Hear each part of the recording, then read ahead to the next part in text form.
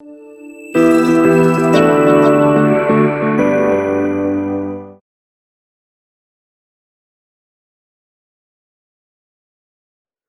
vamos lá, galera. Tudo certo? Todo mundo almoçou também? Já deu um tempinho. Agora é a hora boa para mim, que vocês ficam com sono. Aí eu posso falar qualquer coisa que vocês vão perceber. Então vamos lá. Quem aqui já conhece a análise estática ou algum linter? Pode levantar a mão, por favor? Então acho que todo mundo conhece. Então valeu, pessoal. Vou embora. Então vamos lá. Bom, então boa tarde. Meu nome é o Everton. Eu trabalho no Source Level. Eu sou o CTO do Source Level. O Source Level é um produto que faz automatização de code review e métricas de produtividade. Mais um pouquinho para frente eu falo um pouquinho para vocês sobre ele. Então vamos começar aqui com o nosso grande guru, né, o Martin Fowler. E ele fala assim que qualquer um, basicamente, pode escrever um programa que um computador pode entender, mas que apenas bons programadores podem escrever um código que um humano vai entender. E aí que tá, né? Então, geralmente a gente fala um bom programador, então a gente vai pensar um bom código. E para vocês, como que vocês definem um bom código? Em uma palavra. Então pensem aí, eu vou tentar fazer um truque aqui de ilusão, brincadeira, eu não sei fazer isso, mas pensem em uma palavra e vamos ver se eu acerto. Por acaso vocês pensaram, era essa carta? Não, né? Ou era? Então, beleza. Manutenabilidade. Então, é uma palavra bem comprida e... Bom, o que ela significa? Tem como definir ela com uma palavra? Eu não consegui. Então, quando eu penso em manutenabilidade, eu penso em várias coisas.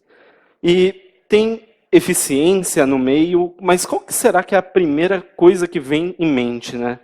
Então, a gente está falando de um código eficiente, um código modular, que a gente pode repetir em vários lugares, ou aquela decisão correta de design, ou um código elegante, né, que você vê assim e fala assim, nossa, esse código está muito bonito, que orgulho, né?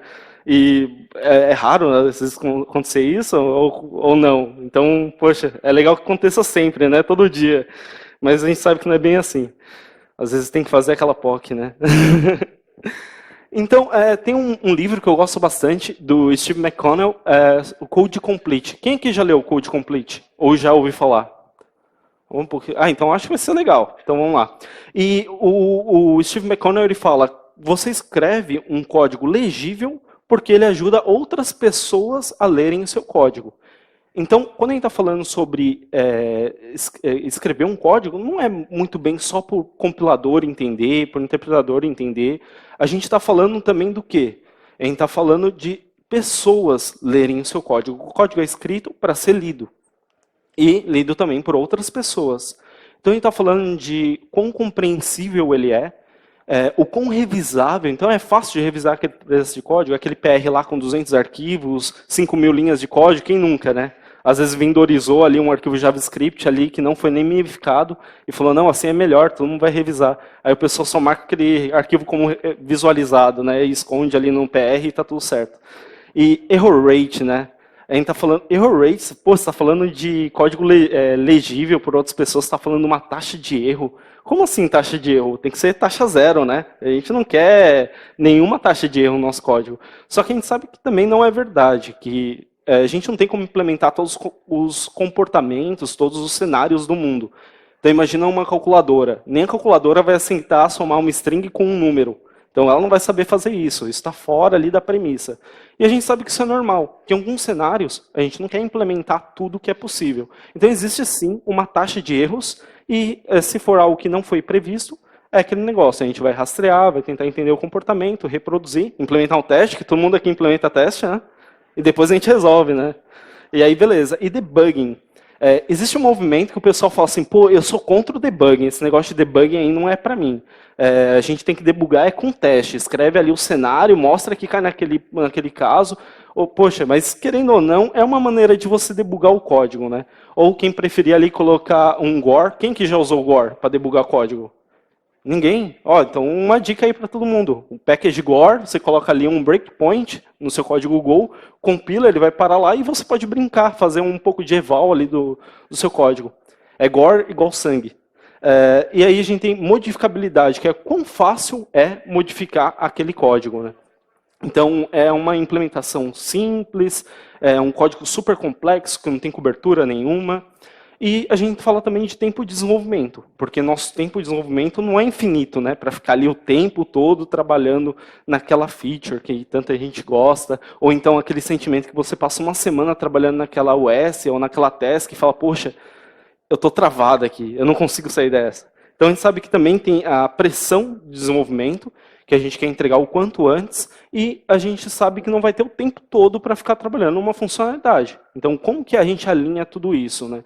Além disso, tem um fato sobre a qualidade externa do código. Tem um pessoal que interpreta a qualidade externa como se fosse as classes ou os arquivos que se comunicam com aquela função. No livro do Code Complete, ele fala que tem qualidade interna e externa, que está muito mais ligada à legibilidade e ao uso daquele código.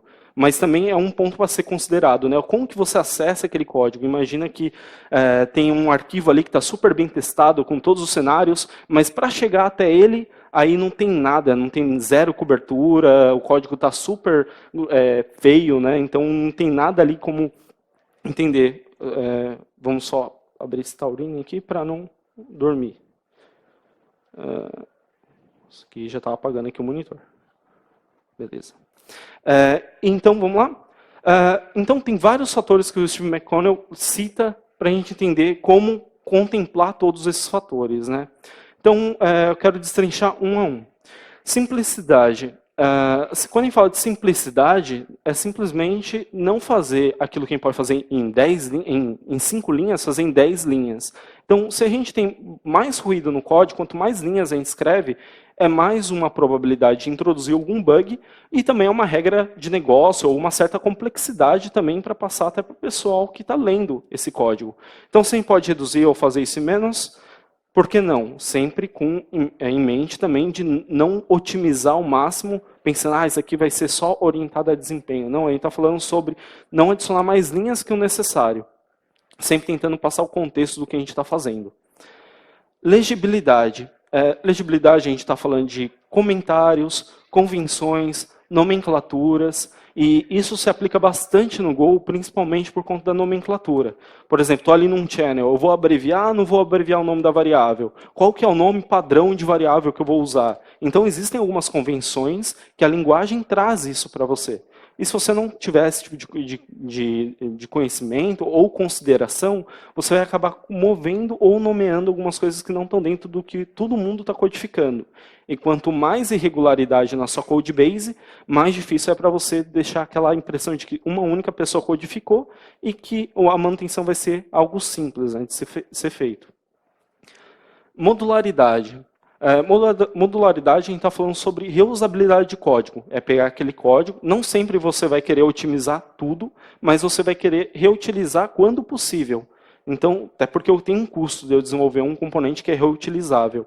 Então, a gente vai pensar como desenvolver pequenos bloquinhos que se encaixam dentro do nosso código.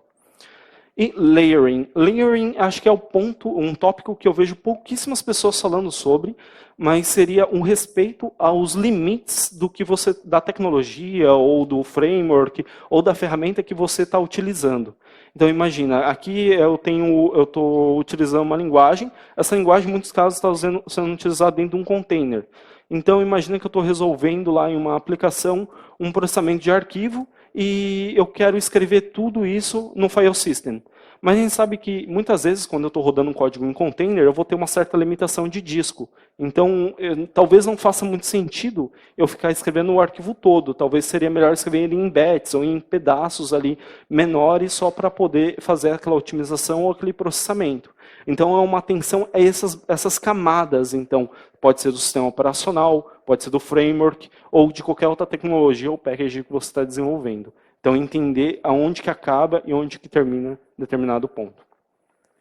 E design, né? Então, a ideia é você planejar antes de construir. tem aquela ideia ali, não, eu só vou fazer aqui o código, o que sair, saiu, né? Como se fosse assim, um espaço criativo ali, não que a gente não possa ser criativo, mas um espaço criativo ali de, eu vou codar aqui, nossa, olha aquele código, assim é a minha obra de arte, né? Aí você vê, é um quadro abstrato, e no código a gente sabe que não é muito bem assim, né? Não dá para fazer muito bem esse paralelo. Então, planejar exatamente o que a gente precisa construir.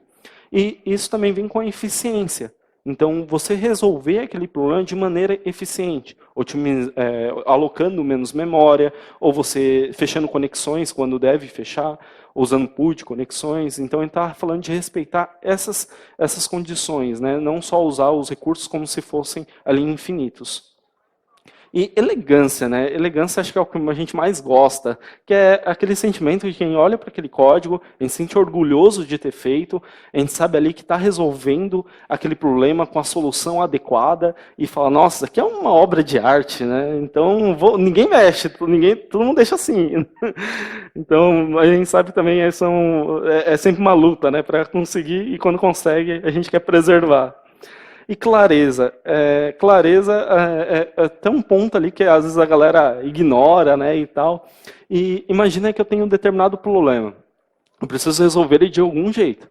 Só que se eu não entender muito bem qual é o problema, eu não vou saber qual é a solução. Ou a solução vai ser de um problema que não existe. Isso, imagina, vocês começam ali a codificar uma solução de um cache, porque vocês têm aquela hipótese que o usuário está acessando várias vezes aquela página, e aí aquele recurso está sendo utilizado em várias outras, e aí quando eu vou validar, quando eu vou colocar em produção, eu vejo que o problema continua. E por que continuou? Talvez eu não validei muito bem aquela hipótese. Então, entender exatamente qual é o problema que eu estou tentando resolver. Então, se não está descrito num requisito, numa user story, numa task, é entender esses detalhes, né, esses requisitos para poder resolver aquele problema. Ou qual de fato é o problema que eu quero resolver. E não simplesmente sair codando. E o que interessa mais? Se vocês fossem escolher um desses que eu falei, tem algum que vocês falam assim, poxa, esse aqui é o mais importante? Na verdade, não tem o mais importante, né? A resposta ali de praxe, é um clichê, é o equilíbrio. Então, o balanceamento então, em todos esses pontos. Não adianta a gente tentar ali falar assim, nossa, eu vou tentar ali entregar tudo. Não, é o balanceamento, porque nenhum é mais importante que o outro. Beleza.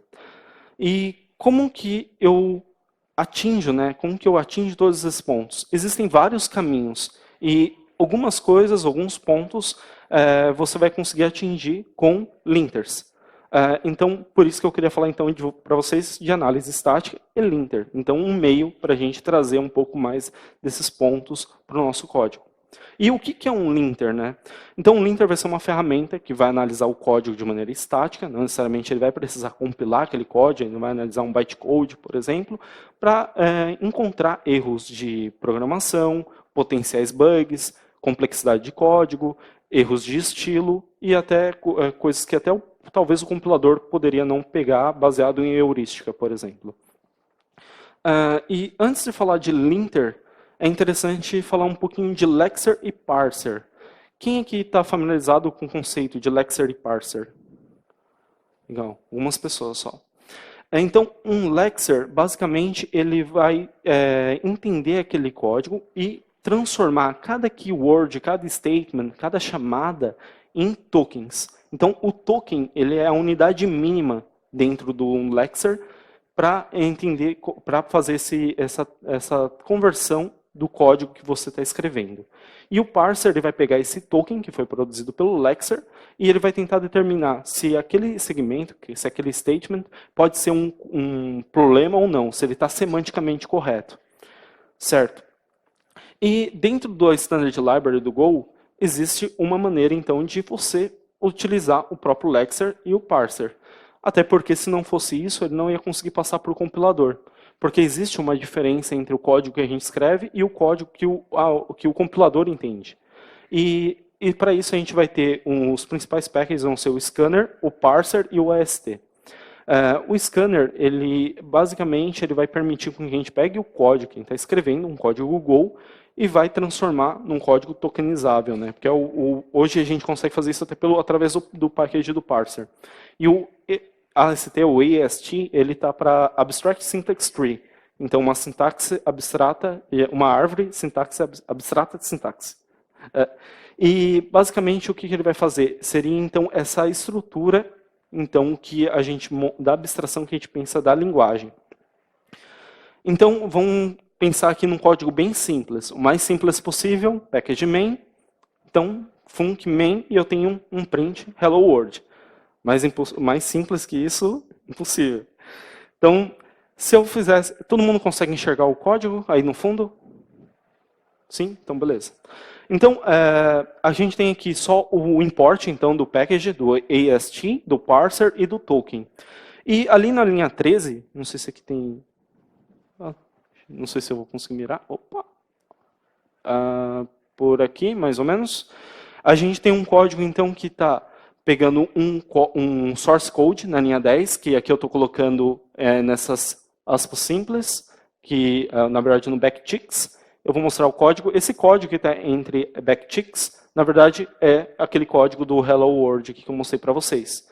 Então, eu estou colocando ele dentro daquele ali, só para o código não ficar muito comprido aqui para mostrar para vocês. E aqui embaixo, eu estou criando um token do novo file set, e eu estou usando o package do parser, então, para parsear esse arquivo. Então, como eu não tenho acesso à função, eu tenho que importar o package do main. Então, eu tenho que falar ali que eu estou no package main. Senão também eu não conseguiria fazer o parse dele.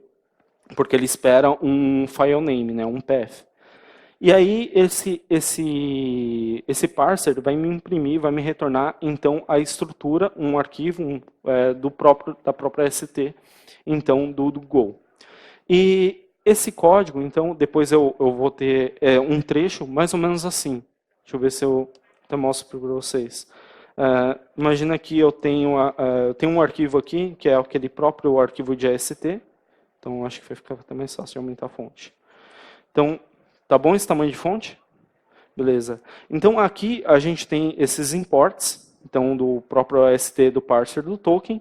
Aqui é o código, então, que eu quero usar. Então, eu posso deixar a indentação assim, porque é como ele está sendo escapado. Eu não estou usando um source, né, um source file.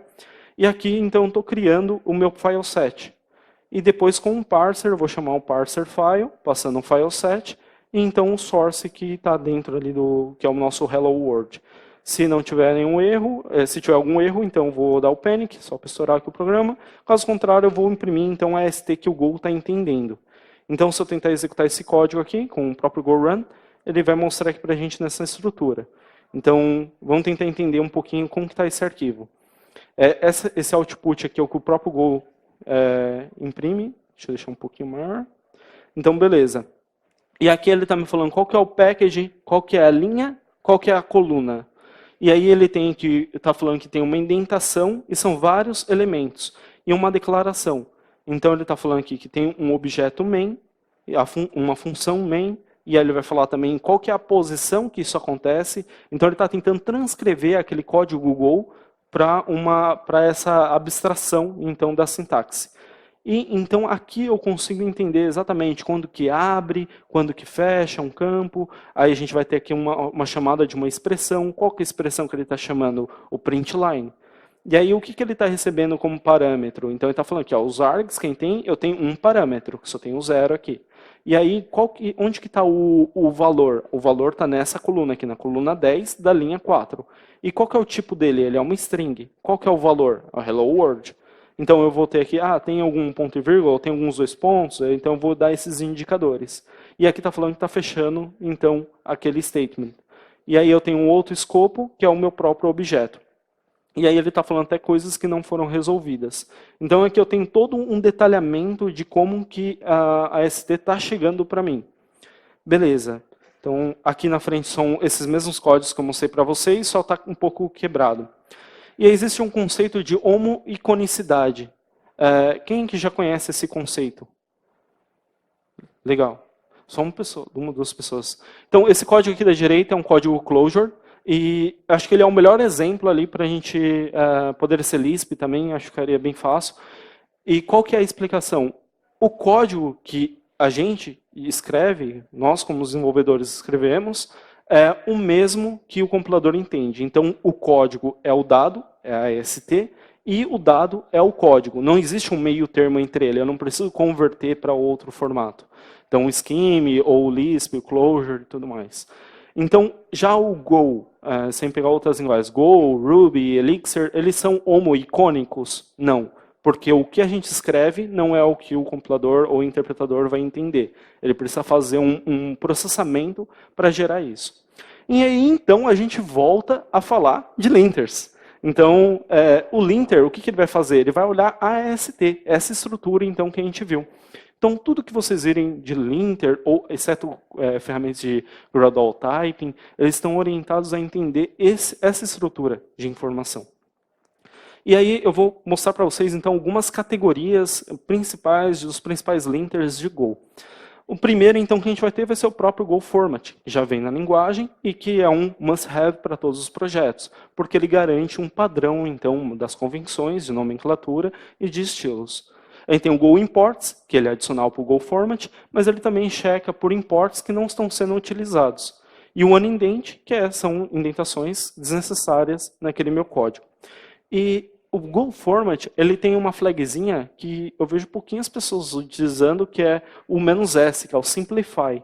E aí o que ele vai fazer? Ele vai remover ambiguidade no código. Então, se tem algum momento onde eu posso omitir aquele parâmetro ou aquele tipo, ele vai remover, deixando um código um pouco mais enxuto, vamos dizer assim.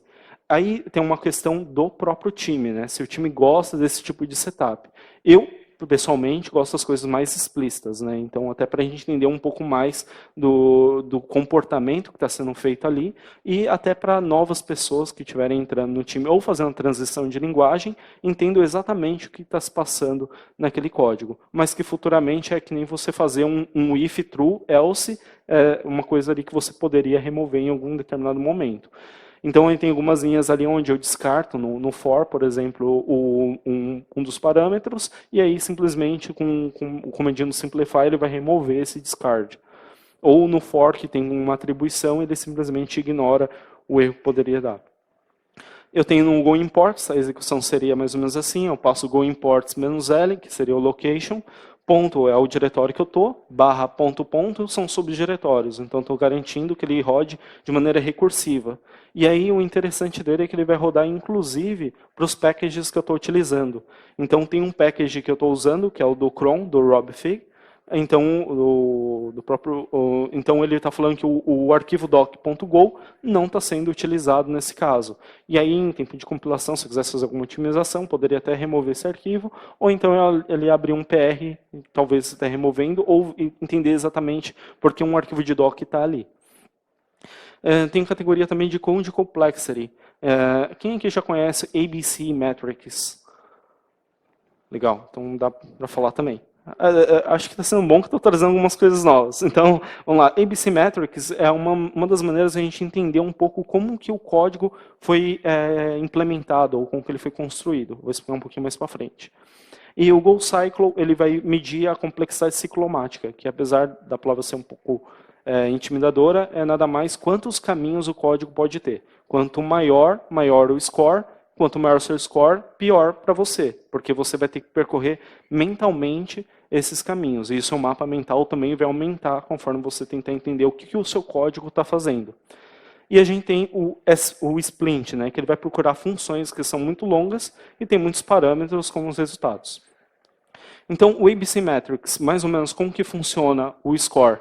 Então, a gente tem um score por assignment, que vai ser, então, append, incremente, o próprio equals, e ele vai contar um ponto, então, na métrica A.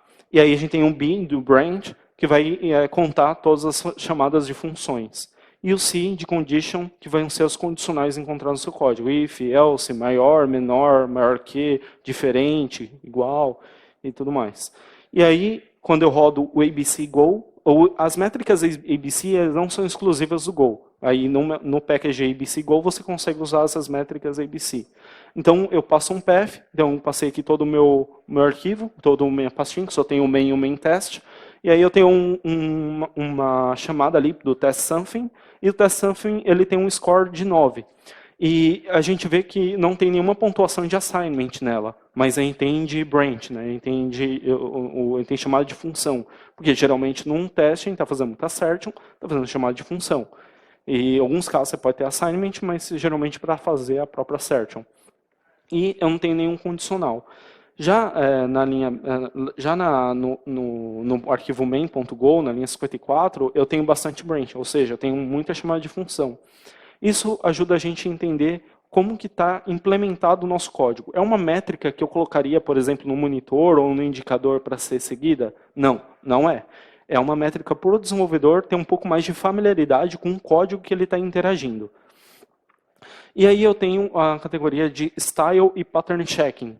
E aí a gente tem o GoLint, que hoje é o oficial, vamos dizer assim, utilizado por todo mundo. E o GoLint, ele não permite nenhum tipo de customização. Já a gente tem, em contrapartida, a gente tem o Revive, que vamos dizer assim, que seria o contramovimento da própria comunidade em fornecer mais linters, mais checks. Então, cada verificação dentro de um linter, a gente pode chamar de um check.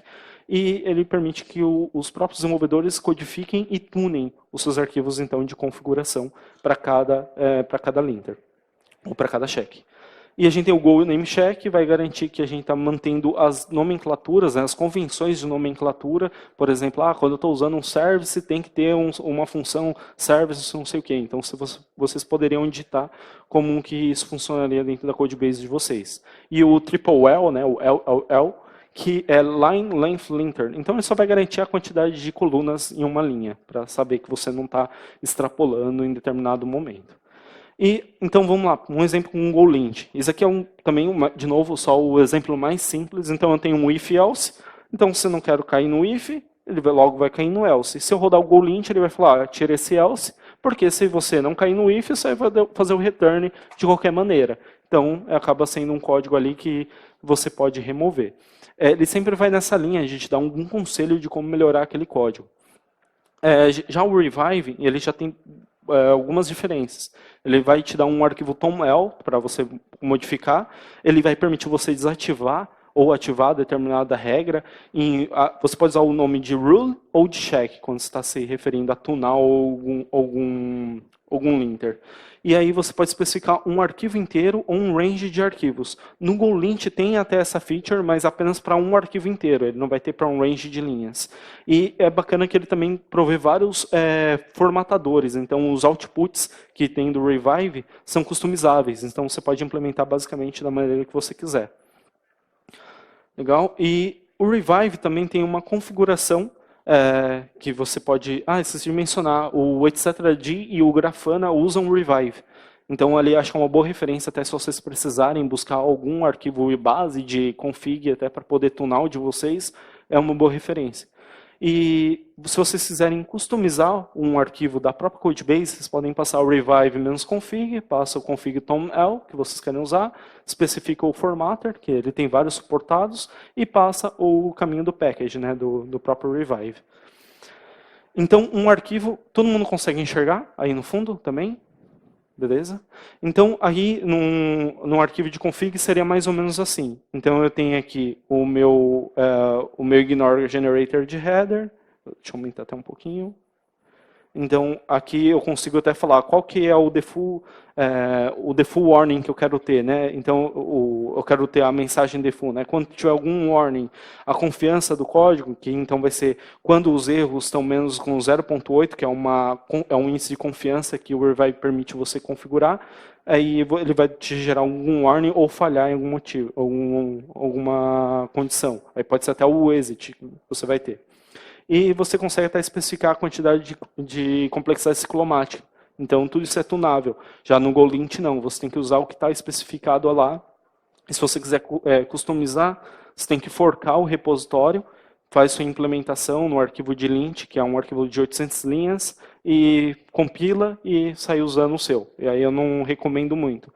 Então, o Revive ele é bacana porque ele já fornece todos os mesmos linters que tem no GoLint. A diferença é que vai ser tudo personalizável e tem uma opção de você desligar um check de compilação que, segundo o mantenedor, fica até 6 vezes mais rápido. Mas aí eu acho que é muito Propaganda. E aí, se fosse implementar uma custom rule no próprio Revive, como que seria? Tem uma interface de rule com nome e com apply. Então é bem simples, que aí você só define então o nome da regra que você vai ter. E aí eu tenho então um outro, deixa eu dar um zoom de novo. Então eu tenho aqui minha função apply, isso aqui é só um exemplo também para contar uma quantidade de parâmetros que eu tenho em um arquivo. E isso aqui é um exemplo do próprio Revive. E aí eu tenho essa chamada aqui do ast.walk, que aí é o nosso package então, que a gente está usando lá do próprio Standard Library. Então ele vai passar sempre a ast para poder fazer a análise. Então é aqui que entra a ast que a gente viu lá no começo. E então com o próprio Revive ele vai ter esse código e ele vai dar o apply. E aí todo o código ast vai implementar também um método visit, que é do próprio ST Visitor, que é o contrato dele, né, a interface dele, onde ele verifica, de fato, é onde tem a lógica para a nossa ST, que aí ele verifica, então, qual que é a quantidade de parâmetros. Aqui eu dei uma encurtada e quebrei aqui só para começar a se visualizar. E aí que ele vai ter o formatter, então, do nosso código. Então, o que ele esperava e o total, então, que realmente teve.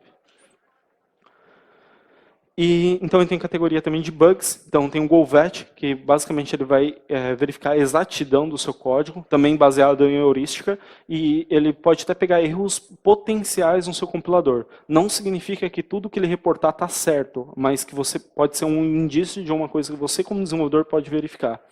Tem um bad time, que vai verificar o uso incorreto do time struct, ou o próprio SafeSQL, SafeSQL, que verifica até problemas de SQL injection no seu código, onde você está pegando um parâmetro, repassando ali para onde você está fazendo a query. No GoVet, como seria o uso dela? Só do GoToVet, passa o path, o mesmo path de maneira recursiva. Ele também vai analisar até o código dos packages que você utiliza. Então, aqui no caso, estou usando o SQLite, e aí ele achou ali que, potencialmente, eu estou usando um ponteiro inseguro. E aí alguma coisa lá do package para verificar. Isso é legal até para você entender um pouco mais a saúde dos packages que você está utilizando. E entender assim, quão mantenível ele também está sendo.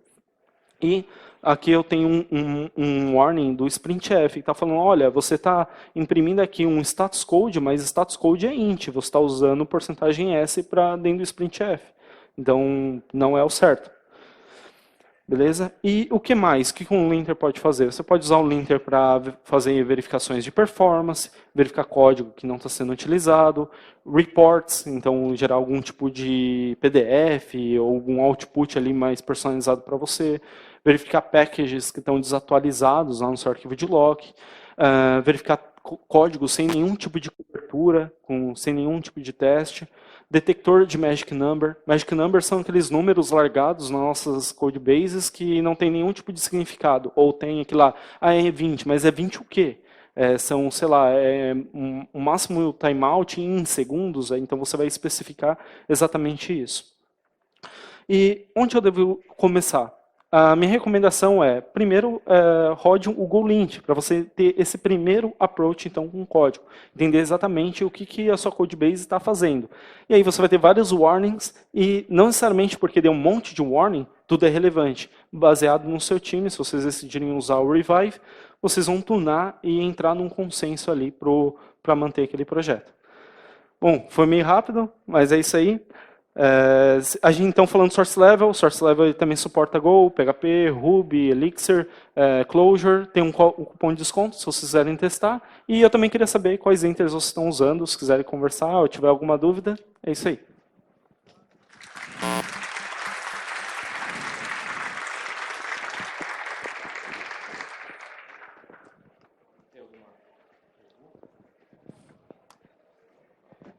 Ou se quiser compartilhar também algum linker que vocês utilizaram, acharam interessante que eu não citei. Acho que é isso aí, então. Posso eu? Pode? E a integração disso com as IDEs? Como é que eu vi que você está usando o Vim, mas VS Code, outros, Golang, como é que... Então, tem uma prática, o pessoal gosta bastante de colocar num CI, né? Então, você pode ter vários motivos. Você pode colocar num pré-hook, por exemplo, do commit. Quando você for commitar, ele pode rodar esses linters para você. Você pode colocar num editor, por exemplo, no Vim, tem vários plugins que você pode instalar no próprio editor. E aí, quando você salva o arquivo e executa, eu, pessoalmente, só uso o GoFormat.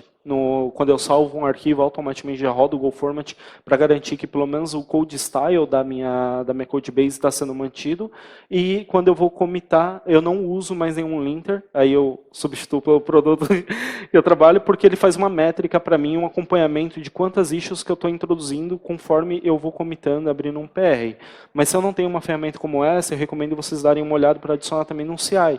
Porém, vocês vão ter um histórico de como que o projeto está evoluindo ou regredindo nesse período.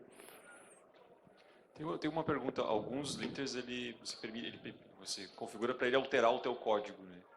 Ao invés de dar o warning, o que tu acha disso? Tu acha que é uma boa prática? Ou ele altera automático ou ele avisa o dev que está errado? Então, a feature de autocorrect, que é essa feature que você já roda para resolver, aplicar o padrão de código, tem um lado bom quando você já sabe o que você está fazendo. Por exemplo, poxa, cometi realmente uma gafe aqui. Mas se eu não sei, eu recomendo vocês não utilizarem inicialmente o autocorrect para entender exatamente o que o linter está sugerindo ou reportando. Que nem eu falei, não é porque ele está reportando que vocês querem seguir aquele estilo. Então, é interessante para levantar até a discussão dentro do time. E querendo ou não, esse tipo de discussão é uma discussão saudável e onde o time evolui e aprende bastante. Então, eu acho que é um ponto até para entender como que a linguagem trabalha e quais são as convenções dentro dela. Porque não adianta nada a gente estar codificando em uma linguagem nova, fazendo uma transição para essa linguagem, se a gente não respeita como que a comunidade que é ali que a gente está inserido trabalha. Você perde a educação que ela pode trazer. Né? Exatamente. Ela vai é como se fosse um mentor, um coach ali, automatizado. Legal. Isso aí. Valeu, galera. Muito obrigado. Obrigado. Vai ser legal que a gente pode já vir o